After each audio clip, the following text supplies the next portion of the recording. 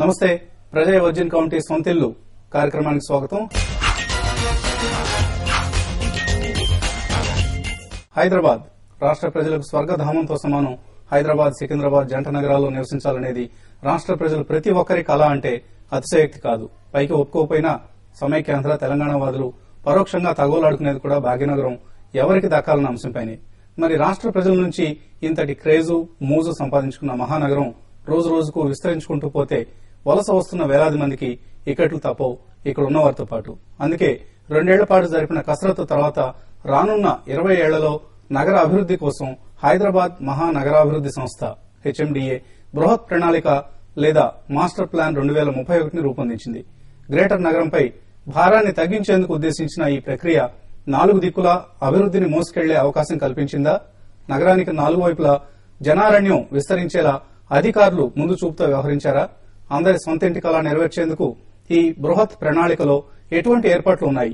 Master plan నిజంగానే అమలైతే రాజధానిలో real estate market ప్రయాణం ఎలా ఉండబోతోంది?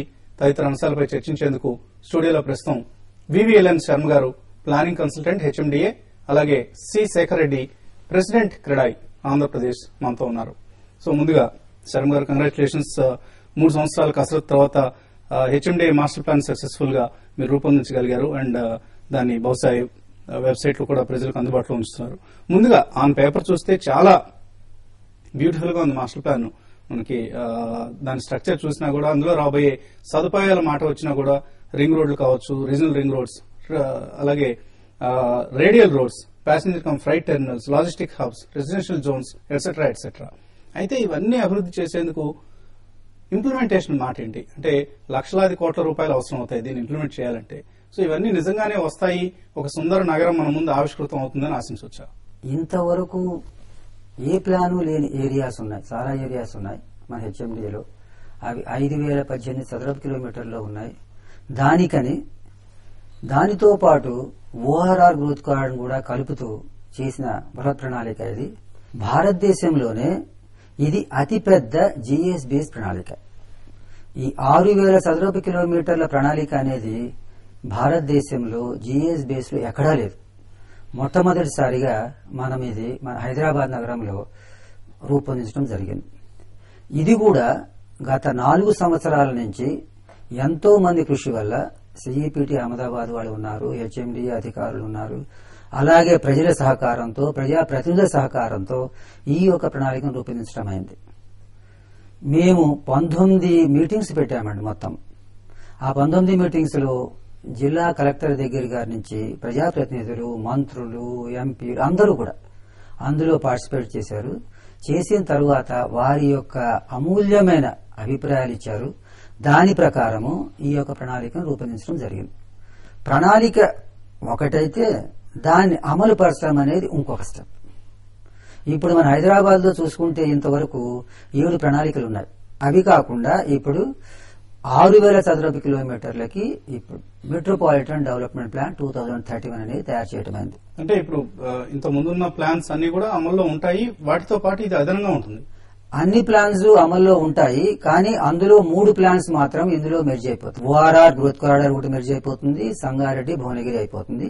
దానితో పాటుగా ఇప్పుడు 2007లో మన అప్పట్లో హుడా ప్రాంతం ఏది ఉందో దానికి చేర్చిన 635 గ్రామాలు ఉన్నాయి.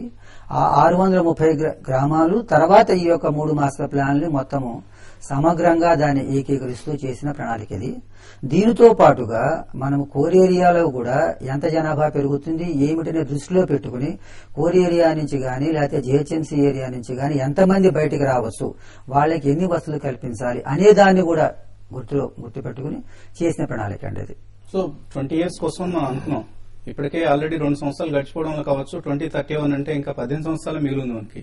సో ఈ 18 సంవత్సరాల ప్రజల అవసరాలు తీరేందుకు, ప్రజలు కావచ్చు లేదా పరిశ్రమలు కావచ్చు, ఇతర అందరూ స్టేక్ హోల్డర్స్ అవసరాలు తీరేందుకు ఉద్దేశించిన మాస్టర్ ప్లాన్ ఇది. అవునండి. సో బట్ టౌన్ కి, మన సిటీకి చాలా మైగ్రేషన్ ఉంటుంది, హ్యూజ్ మైగ్రేషన్ ప్రాబ్లమ్ ని ఫేస్ చేస్తుంది.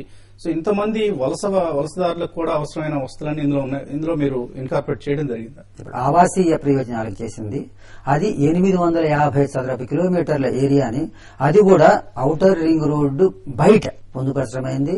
అలాగే పెరి అర్బన్ కూడా 500 చదరపు కిలోమీటర్ల ఏరియాను పొందుపరచడమైంది. ఇది కాకుండా కమర్షియల్ ఏరియాస్ అని ఇచ్చాం. కమర్షియల్ లో కూడా రెసిడెన్షియల్ లో ఏమో అన్ని ఎలా అవుతాయి అవన్నీ కూడా అందులో కూడా చేసుకోవచ్చు. అది కాకుండా మల్టిపుల్ యూజ్ అని ఇచ్చాం. అందులో కూడా మీరు రెసిడెన్షియల్ చేసుకోవచ్చు, కమర్షియల్ చేసుకోవచ్చు. కాబట్టి ఇప్పుడు మేము తయారు చేసిన ప్లాన్ ప్రకారము భవిష్యత్తులో 2031లో మొత్తం హైదరాబాద్ లో కోర్ ఏరియా అన్ని కలుపుకుని 1,84,00,000 జనాభా వస్తుందని అంచనా వేయటమైంది. అందులో ముఖ్యంగా ఓఆర్ఆర్ దాని బయట ప్రాంతాలకి 2031 వరకు 50 లక్షల జనాభా వస్తుంది అని ఒక అంచనా వేయటమైంది. అక్కడంతా కూడా కొత్త నివాస ప్రాంతాలు ఏర్పడతాయి. కొత్త నివాస ప్రాంతాలు ఏర్పడటం కోసమనే ఈ యొక్క వెసులుబాటు చేయటమైంది అనమాట. R1, R2, R3, R4 అని 4 జోన్స్ గా పెట్టాం. ముఖ్యంగా R1 అంటే ఏమిటంటే మన ఓఆర్ఆర్ గ్రోత్ కారిడార్ ఏదైతే ఉందో అది దాన్ని ఆనుకున్న ప్రాంతాలు.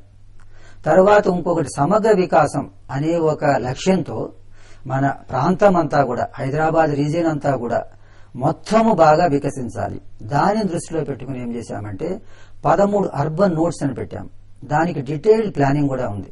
ఇది కాకుండా మేము ఇంకా ప్రజలకి ఆవాసానికి సంబంధించిన వసతులు ఉండాలి కాబట్టి అర్బన్ సెంటర్స్ అని పెట్టాం. అర్బన్ సెంటర్స్ అంటే ఏవైతే మన మండలి యొక్క రాజధానులు ముఖ్య మన హెడ్ క్వార్టర్స్ ఉన్నాయో వాటిల్లో తర్వాత ఏవైతే పెద్ద పెద్ద విలేజెస్ ఉన్నాయో ఎక్కడైతే ముందు ముందు అభివృద్ధి రావడానికి అవకాశం ఉంటుంది అన్ని చోట్ల కూడా మేము అర్బన్ సెంటర్స్ పెట్టడమైంది, లేకపోతే అర్బన్ నోడ్స్ పెట్టడమైంది. ఇది కాకుండా మనకి మొత్తము ఈ ఏరియాలో దగ్గర 800 గ్రామాలు అనేవి ఇందులో చేరున్నాయి. ఈ యొక్క 800 గ్రామాల్లో కూడా కొన్ని R1 లో రావచ్చు, కొన్ని R2 లో రావచ్చు, కొన్ని R3 లో రావచ్చు. ఈ R1, R2, R3 లో రాకుండా మిగిలిన గ్రామాలు దగ్గర 620 ఉన్నాయి. వీటిని R4 అన్నాం. అందులో కూడా మీరు నివాస యోగ్యమైన ప్రాంతాలను చేసుకోవచ్చు, చిన్న చిన్న దుకాణాలు కట్టుకోవచ్చు. అంటే అది గ్రామీణ ప్రాంతం కాబట్టి ముఖ్యంగా అందులో గ్రామీణ అవసరాలకు సంబంధించి వీటన్నిటికీ ఈ R1 కావచ్చు, R2 కావచ్చు, R3, R4 ఈ ప్రాంతాలన్నిటికీ అవసరమైన అప్రూవల్స్ ఏవైతే ఉంటాయో రెసిడెన్షియల్ అప్రూవల్స్ ప్రత్యేకించి సో వీటి కోసం ఎక్కడికి వెళ్ళాలి? HMDA వద్దకు రావాల్సి ఉంటుందా? ప్రజలకు కష్టం లేకుండా ఉండటం కోసం ఏం చేస్తున్నారంటే మా దగ్గర 4 జోనల్ ఆఫీసెస్ ఉన్నాయండి. మేడ్చల్లో ఉంది, ఘట్కేశ్వర్ ఉంది, శంషాబాద్ ఉంది, శంకరపల్లి ఉన్నాయి. ఆ జోనల్ ఆఫీసెస్ ని స్ట్రెంథెన్ చేస్తూ వాటి పరిధిలో ఈ యొక్క అప్రూవల్స్ అనేది జోనల్ ఆఫీస్కి ఇచ్చారు. కాబట్టి ప్రజలు అక్కడ ఉన్నవాళ్ళు అక్కడక్కడే ఇప్పుడు లో రైజ్ బిల్డింగ్స్ ఉన్నాయంటే అక్కడే చేసుకోవచ్చు. 1000 చదరపు మీటర్ల వరకు ఏదన్నా కూడా బిల్డింగ్ ప్లాన్ చేసుకుంటే అక్కడికే చేసుకోవచ్చు. మన హెడ్ క్వార్టర్ తనకు రావక్కర్లేదు. పెద్ద నిర్మాణాల కోసం అయితే ఇక్కడ రావాల్సి ఉంటుంది. పెద్ద నిర్మాణాలు అయితే అది హై రైజ్ బిల్డింగ్స్ ఇప్పుడు 18 మీటర్స్ కంటే హైట్ ఎక్కువ ఉంది. అలాగే ఇప్పుడు కమర్షియల్ అయితే మనకి 15 మీటర్స్ కంటే ఎక్కువ ఉన్నాయి. అటువంటి వాటికైతే అలాగే ఏదైనా ఇండస్ట్రీస్ ఉన్నాయి అటువంటి వాటికైతే హెడ్ క్వార్టర్స్ తార్నాక రావాల్సి ఉంటుంది. HMDA బృహత్ ప్రణాళిక 2031 ప్రత్యేక కార్యక్రమంలో ఇప్పుడు ఒక చిన్న విరామం.